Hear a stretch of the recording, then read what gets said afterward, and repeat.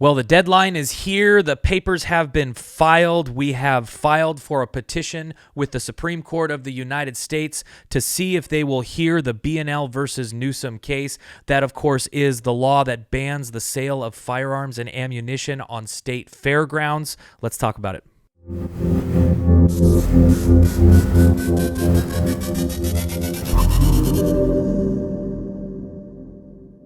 Hey everybody, welcome back to the channel today. That's right, if you read the thumbnail, you will know we have petitioned the Supreme Court with our B&L case. That, of course, is the case that we challenged the laws here in California that have banned the sale of firearms at fairgrounds, obviously affecting our gun shows. To talk us through this, though, we have brought back Anna Barver. She is a partner at Michelle & Associates. She's the one who filed this with the Supreme Court. Anna, thank you for being with us today. Thank you for having me. Absolutely. And guys, before we get into that today, we are trying to keep you up to date. Please, if you can, it really helps. Be sure to like, share, and subscribe to these videos. It helps with the algorithms to push this message out as far as it can possibly go. We want as many people to be informed, especially when it comes to the Supreme Court.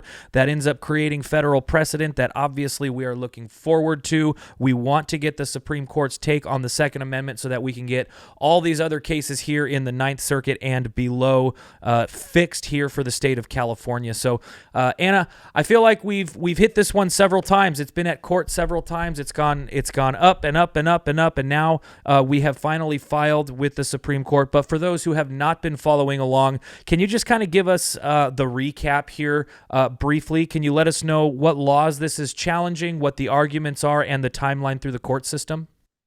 Of course, I'm happy to. So this lawsuit deals with a trio of laws that California legislature passed in the last few years, banning the sales of firearms, ammunition, and firearm precursor parts at state fairgrounds and all state-owned properties. We initially brought suit on behalf of Crossroads Gun Show, B&L Productions, the producer, a number of individuals, vendors at those gun shows, and the CRPA and a few other nonprofit organizations to challenge the lawsuits, both in the Southern District of California, where the lawsuit was that effectively banned gun shows at the Del Mar Fairgrounds, and also in the Central District because another one of the laws was effectively banning gun shows at the Orange County Fairgrounds, as well as throughout the entire state.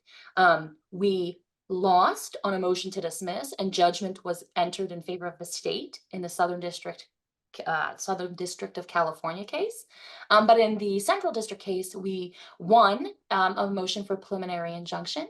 Both cases were appealed to the Ninth Circuit. The Ninth Circuit consolidated the cases for hearing and for decision. And we lost, we ended up losing that appeal. We filed a petition for en banc review. That was denied. We asked the Ninth Circuit to give us a chance to we asked the Ninth Circuit to not issue the mandate telling the lower courts to end the preliminary injunction because we were going to file a petition in the Supreme Court. The Ninth Circuit denied it, even though it was not opposed by the state. And we sought emergency relief from the Supreme Court, and Justice Kagan denied that.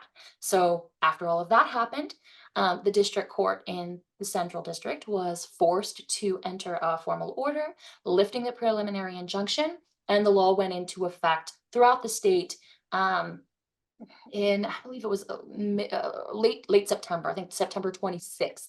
And since that time, gun shows have pretty much halted at state-owned properties since then.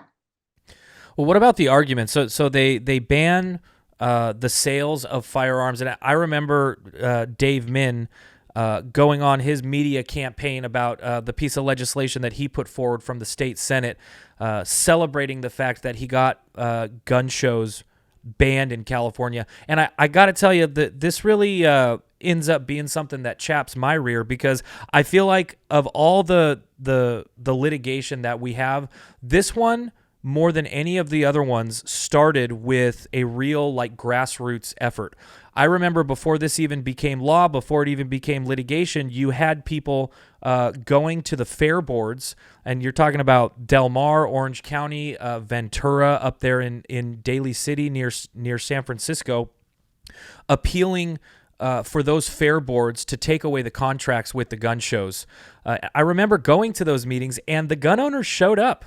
They showed up to their fair board. They told their fair board that it's within their scope to be beholden to a diverse community, and that includes gun shows.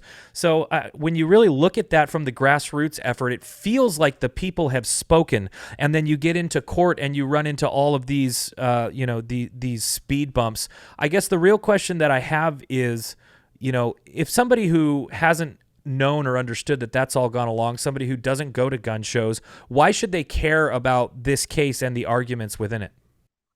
It's a really good question, and I think one that I think everybody individually has to grapple with. But when it comes down to it, I think everyone who is a supporter of gun rights, who's a gun owner or supports the Second Amendment, understands that every time we get a precedent that starts to chip away at your rights to access, use, or possess firearms, regardless of whether or not you think it uh, directly impacts your day-to-day life, it eventually will, because it's important to understand that the way our justice system works is that each case builds precedent that then is used in future cases. So if today the issue is about gun shows and the Ninth Circuit is able to ignore Bruin and apply its own test in a Second Amendment case about gun shows and say, well, you can ban gun shows because you can buy guns anywhere else, well, tomorrow when the case is about carry, or if it's about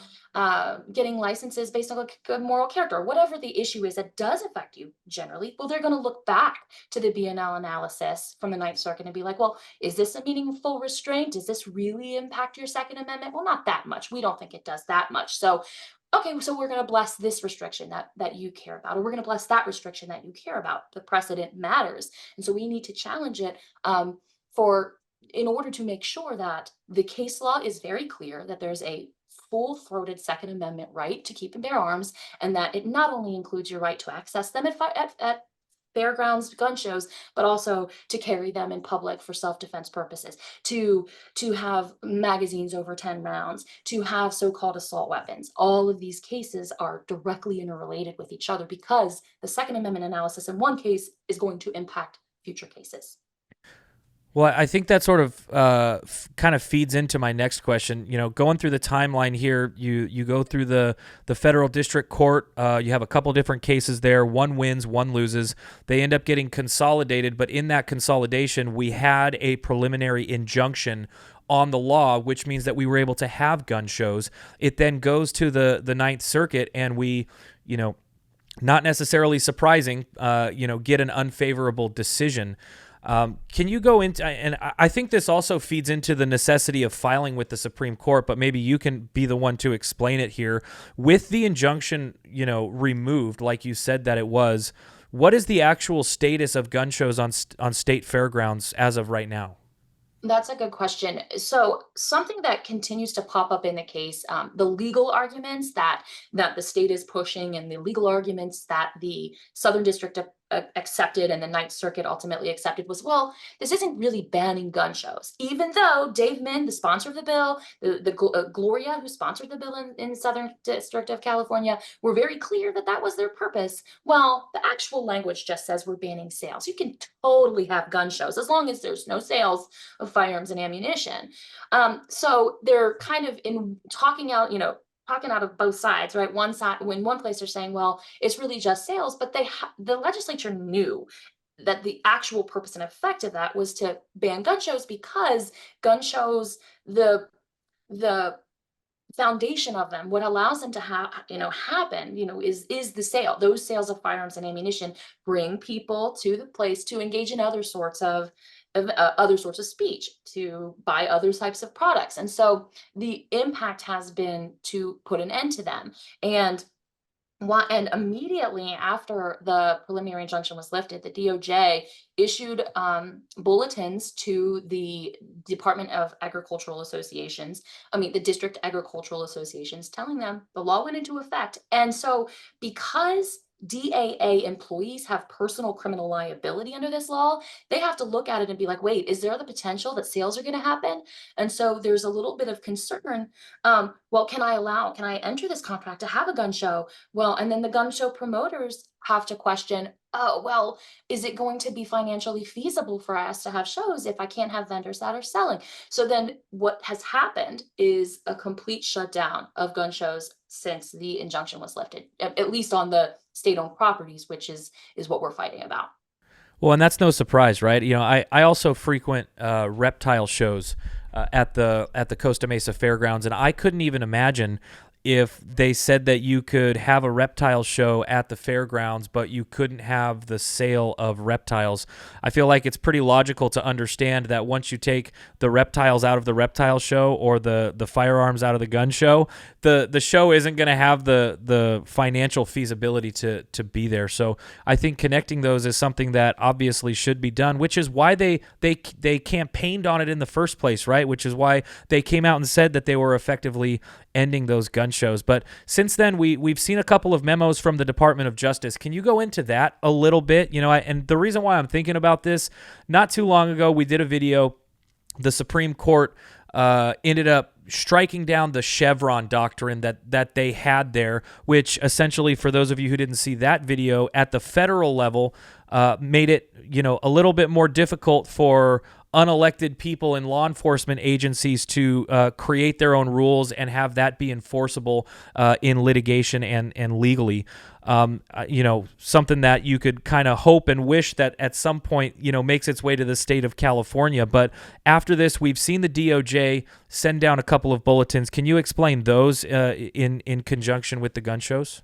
Yes, I alluded to the first one, and the first bulletin had come out pretty much immediately after the preliminary injunction that Holcomb issued was lifted. And it just basically let the district agricultural associations that govern the fair boards let them know that the injunction was lifted and it now is being enforced throughout the state. And here's what the law means.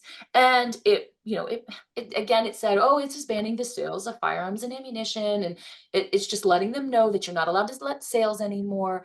It doesn't ban gun shows. Wink.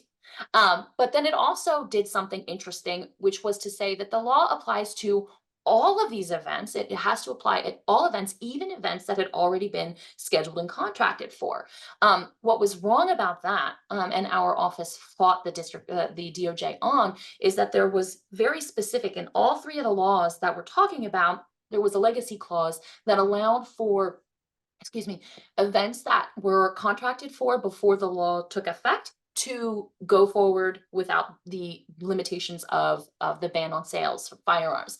And the Crossroads Gun Show had several shows already contracted for, and they were canceled. They were canceled by the fairgrounds because they were, well, the gun show promoter was told that they had to apply the law, and it ultimately led to the cancellation of the gun show in October because they were not being allowed to apply the legacy clause to shows that were already contracted for in advance of the law taking effect.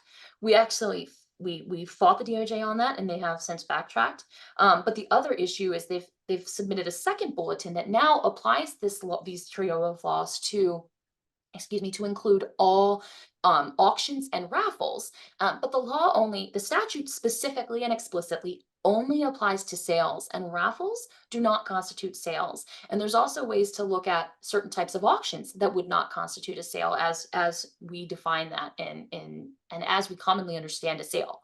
So the DOJ has taken it upon itself to interpret the statute in a way and to add statutory language that wasn't there to now ban raffles at events on these state-owned properties, which is a problem for a lot of our nonprofit organizations, including CRPA, and several conservation groups who are small nonprofits and rely on gun raffles as major fundraising opportunities to keep their operations going. And in some of our rural areas in California, the only place that exists to have these events are these state-owned properties. So it's affecting not just gun show promoters and firearm retailers, but like nonprofits whose sole purpose is First Amendment conduct. Yeah, and I guess that ends up affecting other litigation, right? Because if you can't pay money or if you can't raise money, that's kind of what the lawsuits end up needing. And it just kind of goes to show, the state takes a mile here, and then the law enforcement agencies just decide to take 10 more than enough reason to want to make sure that a case like this gets to the Supreme Court. I really hope that they take it. I am curious though. You've got the arguments that you make in the original complaint. They have to do with First and Second Amendment claims. There is the petition to get the Supreme Court to take the case look any different, and if so, what is the argument there? So we also have an equal protection claim. So yes, the case deals with the First Amendment, Second Amendment, and equal protection. And our petition to the Supreme Court will include all three. It will be ultimately up to the Supreme Court if it decides to take the case, if it's going to address all three issues. But our hope is that it does. But a petition for certiorari doesn't really make the same sort of substantive arguments that you might have seen us make in the Ninth Circuit or in the district courts, which are very substantive merits arguments. Now we have to make those to an extent, but what the purpose of a cert petition is to convince at least enough members of the Supreme Court that that there's a reason to take this case. So thematically, you're going to write a cert petition to kind of explain the reasons that they should take the case. And Supreme Court rules limit what appropriate reasons for taking a case to the Supreme Court are. Things like misapplication of the rule of law is set forth in a Supreme Court decision, a circuit split where you see, maybe you see several circuits ruling one way and you see several other circuits ruling another way. Another reason that you might do it is there's some hijinks going on and they have departed from the normal course of our judicial processes, and that the Supreme Court should step in to right that ship. Our arguments, if you've been able to take a look at the cert petition yet, focus very heavily on a couple of things. The departure from Supreme Court decisions and the rule of law is obviously a big theme that we're taking, because the Ninth Circuit panel's decision basically looked at Bruin and said, we're not going to apply it that way. We're going to say that you had to show a meaningful constraint on your Second Amendment rights, and if you don't, and if you can't, then you don't even have to do the historical test. So we think that obviously is an affront to the very clear Bruin test. So that's a big theme you're going to see. You're also going to see us arguing about how in the First Amendment commercial speech doctrine, the Ninth Circuit panel's decision kind of does some weird things, and we think that the Supreme Court should take this opportunity to set the record straight on what the commercial speech doctrine means. But also another big theme you're going to see is we're going to say that the Ninth Circuit, along with other circuits, have a documented history of ignoring the second or resisting the Second Amendment decisions of the Supreme Court, and they've created the appearance of bias against Second Amendment litigants, and that is a departure from the reasonable course of our judicial system. And so we're kind of that little three-headed animal is how we're approaching this, for the reasons the court should take the case. Yeah, I was going to say that stray from the Supreme Court precedent, that being the Bruin decision most specifically, has definitely gone around, and definitely is a pattern of that is pretty apparent. So, obviously for everybody here in California, we are definitely wanting to see those arguments prevail.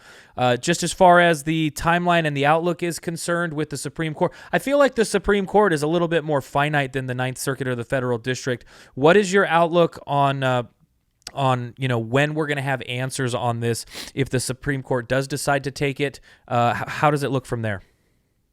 You are right about the timelines in the Supreme Court. The Ninth and the lower court districts can kind of take their time. There's very little transparency about how long they have to do things. The Supreme Court, though, works on a session by session timeline, and so a lot of the work that they do, while they are working all year round, a lot of the work that they do goes from October through June.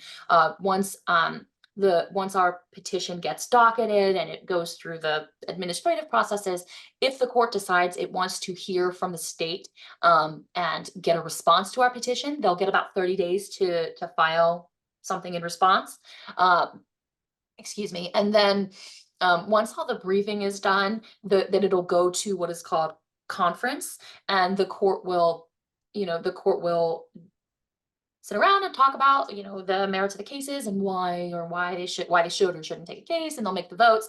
Sometimes that it goes to conference and the decision is made and right away. Sometimes though they'll push it to the next conference, and it could take a couple weeks or months to know. So it is hard to say exactly when we'll know for sure if the case is going to be taken to the Supreme Court, but it would probably be maybe early spring that we would have a ruling on. We would have some understanding about if they're going to take the case. And I would hope that it would get briefed and heard by the end of the June session, but I might be surprised at that. And it would probably be a decision in the fall if the case gets taken. Well, certainly, though, there will be action on this coming up in the next couple of months, and then it will just be something that we have to follow along with. Anna, I want to thank you for your time and your insight on this. Thank you for writing the brief. It is totally necessary. Obviously, any attack on the Second Amendment affects all of the citizens here in California, so definitely getting behind this one and are going to follow along. I want to thank you for sharing with us today. Oh, I love being here. Thank you so much. Absolutely. And guys, if you like content like this, you want to stay up to date with Second Amendment litigation, and you want to directly contribute to that Second Amendment litigation, you can do that by subscribing and sharing and liking these videos. So please, if you haven't done it already, go ahead and hit those buttons. Get subscribed so that when we come out with these videos, you can be the first one to get it right there in your feed so that you can be sure to be up to date with what's going on in this world. Thanks again, guys. We'll see you on the next one.